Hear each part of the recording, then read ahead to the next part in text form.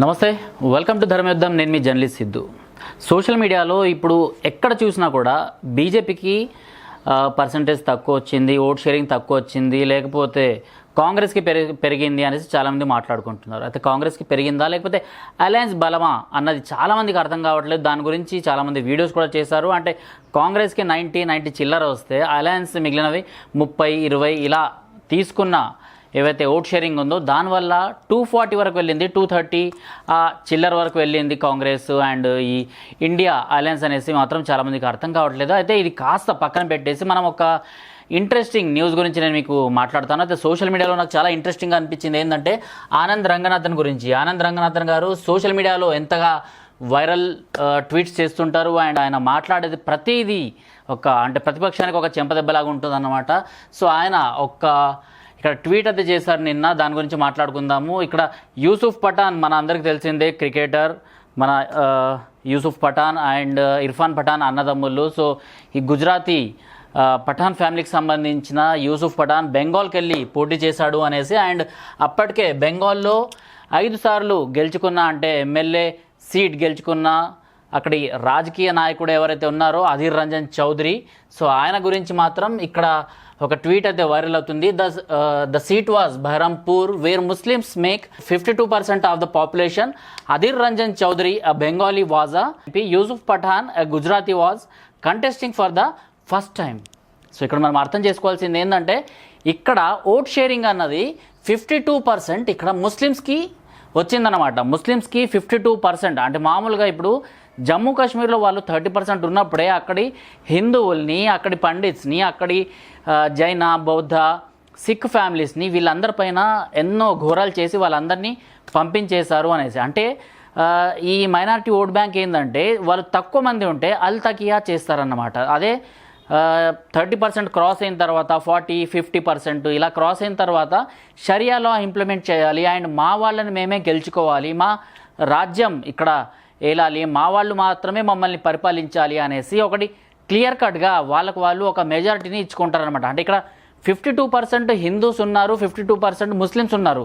అంటే ఈ 50%లో 50-50 షేరింగ్ చేసుకుంటే ఈ 100లో ఇక్కడ మనకు 50%లో హిందూ ఓట్లు అన్నవి డిస్ట్రిబ్యూట్ అయిపోతున్నాయి అన్నమాట. అంటే బీజేపీకో లేకపోతే కాంగ్రెస్కో లేకపోతే అక్కడున్న టీఎంసీకో ఇలా ముగ్గురికి మాత్రం ఇలా డిఫరెంట్గా వెళ్ళిపోతున్నాయి. అండ్ ఇక్కడ ఎవరైతే యూసుఫ్ పఠాన్ ఉన్నారో ఆయన టీఎంసీ నుంచి నిలబడ్డాడు కాబట్టి టీఎంసీకి సంబంధించిన హిందువులు, టీఎంసీకి సంబంధించిన ముస్లిం కార్యకర్తలు అండ్ హార్డ్ కోర్ ముస్లిం కార్యకర్తలు అందరూ కూడా గంపగుత్తగా ఆయనకే ఇక్కడ ఓట్లు వేసేశారనమాట. సో ఆయన గెలుచుకొని వచ్చాడు. అండ్ బాధతో ఇక్కడ ఈయన ఏం చెప్తున్నారు అంటే Adhir Ranjan Chowdhury last by 85,000 oats.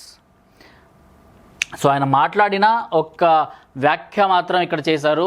Give my sweat and blood for Baharampur for 30 years. I accept my defeat, what can I do?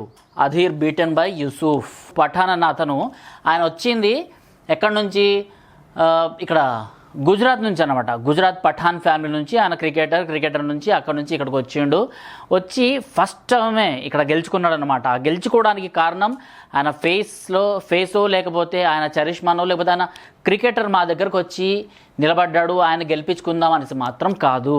So ఆయన గెలిచింది కేవలం ముస్లిం ఓట్ బ్యాంక్ వల్లనే. ముస్లిం ఓట్ బ్యాంక్ అన్నది ఒక జతగా చేరి ఆయన్ని గెలిపించారన్నమాట. దానికి హిందూ ఓట్ బ్యాంక్ అంటే ఏదైతే టీఎంసీకు అప్పటికే ఏదైతే అధీర్ రంజన్ చౌదరి ఏర్పాటు చేసిన ఓట్ బ్యాంక్ ఉందో ఆ ఓట్ బ్యాంక్ కూడా ఈయనకి ప్లస్ అయిందన్నమాట. అంటే హిందువుల ఓట్లు అన్నవి ఇలా షేరింగ్స్ అవుతూనే ఉంటాయి, దానివల్ల ఒక నాయకుడు అన్నవాడు రాడు. అండ్ ఇక్కడ ముస్లిం ఓట్ బ్యాంకుల వల్ల, సో అది మైనార్టీ అప్పీజ్మెంట్ అంటారు కదా, అలాంటి మైనార్టీ అప్పీజ్మెంట్ చేయడం వల్లనే ఈ కాంగ్రెస్కి సంబంధించిన అధీర్ రంజన్ చౌదరి ఇన్ని సంవత్సరాలుగా అంటే 8 టర్మ్స్ ఆయన అక్కడ ఎంపీగా నిలబడి ఆయన చేసిన ఏదైతే మైనార్టీస్కి ఆయన డెవలప్మెంట్స్ చేయడము లేకపోతే మైనార్టీస్ ఓట్లను ఆయన యూజ్ చేసుకొని మైనార్టీ అప్పీజ్మెంట్స్ చేయడం ఏదైతే చేశాడో దానివల్లనే ఈరోజు ఆయన ఓడిపోవడం జరిగిందన్నమాట. ఇది పెద్ద చెంపదెబ్బ అనేసి నేను అనుకుంటున్నాను. ఎందుకంటే minority appeasement, minority vote bank కోసం మన నాయకులు ఎంతలా దిగజారుతారంటే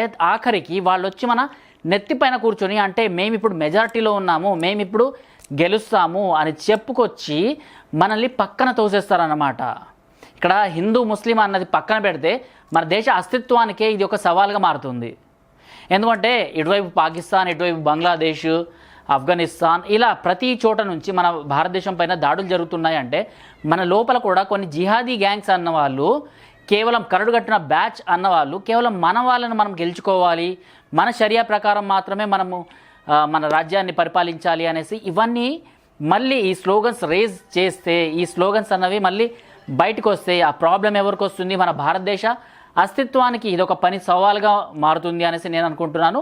అదే ఈ మైనార్టీ అప్పీజ్మెంట్ వల్ల ఏదైతే తప్పులు చేశారో అధీర్ రంజన్ చౌదరి, ఆయన ఈరోజు దానికి ఎన్ని రోజులైతే మనం చేస్తూ వస్తుంటామో, మన రాజకీయ నాయకులు ఈ మైనార్టీ అప్పీజ్మెంట్ అన్నది ఎన్ని రోజులు వంతన పాడుతుంటారో, దాని తర్వాత ఈ మైనార్టీస్ అన్నవాళ్ళు మెజారిటీగా వచ్చిన తర్వాత, లేకపోతే అట్లీస్ట్ 40% క్రాస్ అయిన తర్వాత 100లో 60% ఓట్ల షేరింగ్ హిందువులు 20-20-20గా ఇలా విడిపోతారు. అండ్ మిగిలిన 40% ఏదైతే ఉందో అది గంపగుత్తగా మనకే పడుతుంది కదా అనేసి రాజ్యాధికారాన్ని వాళ్ళు తీసుకుంటారన్నమాట. ఇన్నేళ్ళు అంటే 1200 సంవత్సరాలు అండ్ 800 సంవత్సరాలు ఇలా బ్రిటిషర్స్ అండ్ మొగుళ్ళ కాళ్ళ కింద మనము ఏదైతే నలిపి ఉంచారో మనల్ని, మళ్ళీ అలాంటి రోజులే వస్తాయి అనేసి ఇక్కడ క్లియర్ కట్గా అర్థమవుతుంది. ఇక్కడ యూసుఫ్ పఠాన్ అండ్ అధీర్ రంజన్ చౌదరికి సంబంధించిన ఏదైతే న్యూస్ ఉందో ఈ న్యూస్ నుంచి మనం తెలుసుకోవాల్సింది ఒకే ఒకటి, ఈ అప్పీజ్మెంట్, మైనార్టీ అప్పీజ్మెంట్. మీరు హిందువుల్ని ముస్లింల్ని ఇద్దరిని కూడా రెండు కళ్ళలాగా చూసి ఇద్దరిని కూడా సమానంగా చూస్తే ఎలాంటి ప్రాబ్లం లేదు. కాకపోతే మైనార్టీ అప్పీజ్మెంట్ కోసం ఒక వర్గాన్ని పెంచి ఈ వర్గం మనకి ఓట్ బ్యాంక్గా మారుతుంది కదా, ఈ వర్గం ఉంటే చాలు, హిందువులు మాకు నథింగ్, హిందువులు మాకు సంబంధం లేదు అనేసి కాంగ్రెస్ చేసిన ఇన్నేళ్ళ ఈ రాజకీయం ఏదైతే ఉందో ఇది ఈరోజు వాళ్ళకు గుణపాఠం అన్నది నేర్పుతుంది అనేసి నేను అనుకుంటున్నాను. దీనిపైన మీరేమంటారు? నిజంగా ఏదైతే ఇక్కడ ఆనంద్ రంగనాథన్ చెప్పినట్టు 52% పాపులేషన్ ముస్లిమ్స్ ఏవైతే ఉన్నారో వాళ్ళ వల్లనే ఈరోజు ఈ యూసుఫ్ పఠాన్ అన్న అతను క్రికెటర్ గెలిచాడు, అది కూడా ఫస్ట్ టైం, ఆయనకు రాజకీయ అనుభవం లేకున్నా కూడా గెలిచాడు అనేసి ఆనంద్ రంగనాథన్ చేసిన ట్వీట్ పైన మీరు దీనికి సపోర్ట్ చేస్తారా లేకపోతే దీన్ని విమర్శిస్తారా అన్నది కామెంట్ బాక్స్లో తెలపండి. టిల్ దెన్, జై హింద్, జై భారత్.